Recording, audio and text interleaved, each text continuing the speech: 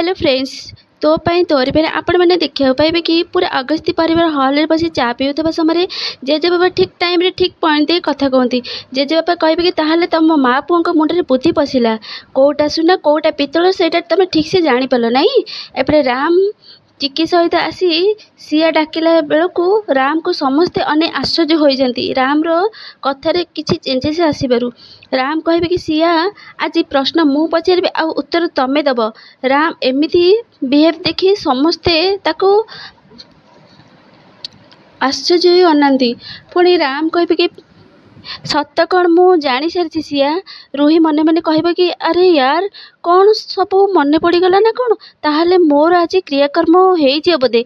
राम कहे कि सिया आज मो पाखरे सत भी अच्छी आ प्रमाण भी अच्छी दीटा जाक अच्छी आउ ए दीटा जाक जिनिस समस्त को सामना को आनिबा पूर्व तमें तुम निज तरफ किसी कहबो ना मु किसी कहबी। एपटे रूही कह कि राम एमती कथा शुणी बहुत टेंशन रे पड़ जाए आउ कहे सत कहीदेवी कि काले एमाने दया करि पारंती। रूही बहुत डरी जाए आउ एपटे राम रूही को देखी खी खी होगी बहुत हसे आउ कहती मु सिया को डरई दिली एमती कही ताली मारी हसती आउ समस्ते आश्चर्य हो राम को पुणी अनाती। राम पुणी कहती मु जदि कोर्ट को जीवी केस लड़बी ताहले तो मते एसबू कहवाक पड़ो ना से मु प्रैक्टिस करूली एसबू। तापर सुगंधा आसी कहे कि कोर्ट रे तापर राम कहे कि हाँ माँ। राम हाथ रे आश्रम बाबा केस फाइल देखी कहे कि हाँ माँ एसबू मते स्ट्रेंजर गर्ल कही पुणी कही मु ए सहर बेस्ट लॉयर आ मते केस लड़वा को पड़ो। हेले माँ मोर तो किसी मन ही पड़ुनी किंतु स्ट्रेंजर गर्ल मते ढेर सारा बुक देइछंती लॉयर बुक से बही की पढ़ी कि लॉयर हेबी लोक मानक साहाय्य करबी। माँ मु पारिबी ना। सुगंधा आसी कहे कि राम मुंडे हाथ दे कहे कि तू सब किसी पारिबू बाबा मो राम चाहिए आकाश सहित फाइट करी ताको मुंड नुआइबा को बाध्य करदेब।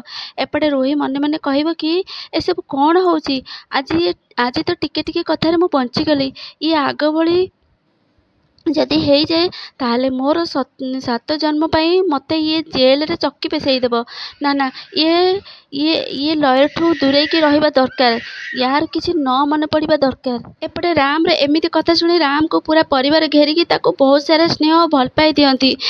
एपटे रूही राम एमती देखी जेलस फिल करे। कामिनी एपटे किचन घर को जाए राम घर को फेरी आसवा खुशी रे निजे राम को पाई किसी बनाउछंती। आउ एपटे सुगंधा आसी कहे कि माँ आपण ये कौन करछंती मते दियंतु ना मु करदेबी आपण काहे केते कष्ट करछंती।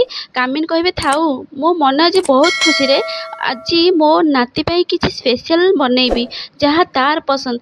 एपटे जेजे बाबा देखी कहे कि जेजे बाबा आसी पुणी कहे कि आज किचेन रे कामिन देवी कौन सूर्य आज को पश्चिम दिगरे उदय होती ना कौन आज भारी खुशी जना पड़ कामिनी बहुत। पुणी जेजे बापा सुगंधा को कहे कि बोहू माँ तमें आज देखी कि सूर्य आज कौ दिगरे उदय होते मोर कहीं डाउट हो। कामिनी कहे कि थाउ किसी कहवा दरकार नहीं सूर्य जो पटे उदय हुए से पटे होती अधीन रे तमें निजे देखा देइछ ना तेणु मोर आउ मजाक उड़ेबा दरकार किसी दरकार नहीं बुझिल।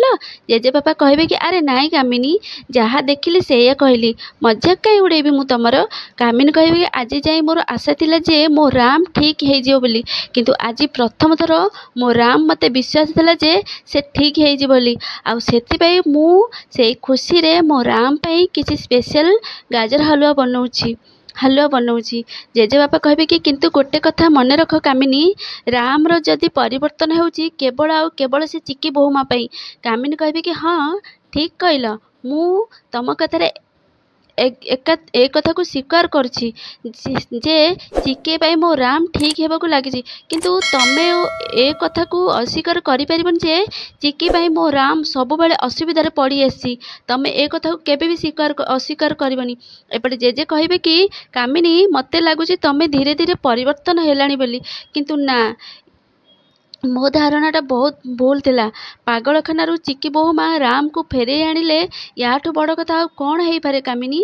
तापरे तमे भी चिकी बोहू माँ को दोष दौच तमे जानिछ एसबू कहीं होउछि तम नातुणी से मिछे सिया पाई ही होउछि। कामिनी कहे कि तमे मो कथा मान ତମେ ନା ତା କଥା ଶୁଣିବା ବନ୍ଦ କରିଦିଅ କାମିନୀ। ଦେଖିବ ସବୁ ଧୀରେ ଧୀରେ ସବୁ ସୁଖ ଶାନ୍ତି ଘରକୁ ଫେରି ଆସିବ କାମିନୀ।